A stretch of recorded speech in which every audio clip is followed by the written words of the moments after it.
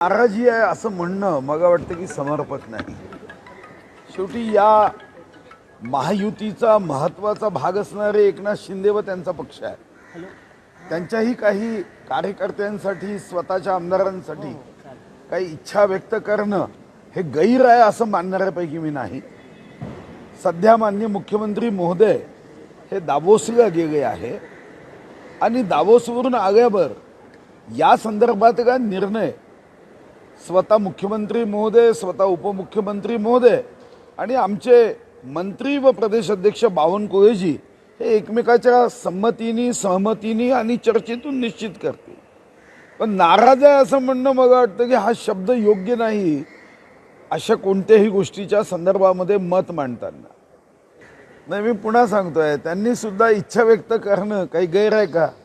त्यांनाही वाटतं की माझ्या जिल्ह्याच्या विकासामध्ये बीडचा स्पीड पकडण्यासाठी त्यांनी इच्छा व्यक्त केली, तर ती गैर आहे, नाराज आहे। आता नाराजीपोटी आता काहीतरी अघटित घटना घडणार आहे असं जे कपोकल्पित चित्र तयार केलं जातं ते मला वाटतं गैर आहे।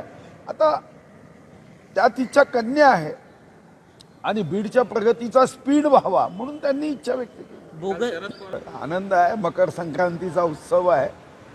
महाविकास आघाडी ही टिकावी, महाविकास आघाडी संपावी असं आम्हाला कधीच वाटत नाही। शेवटी लोकशाहीमध्ये विरोधक सुद्धा असणं तेवढंच महत्त्वाचं आहे आणि विरोधक म्हणजे जसं निंदकाचे घर असावे शेजारी तसं विरोधकाचे घर असावं शेजारी, ज्यातून या लोकशाहीमध्ये जनतेच्या हिताचा निर्णय करताना, योग्य पद्धतीने निर्णय करताना त्यांच्या अनुभवाचा फायदा होतो।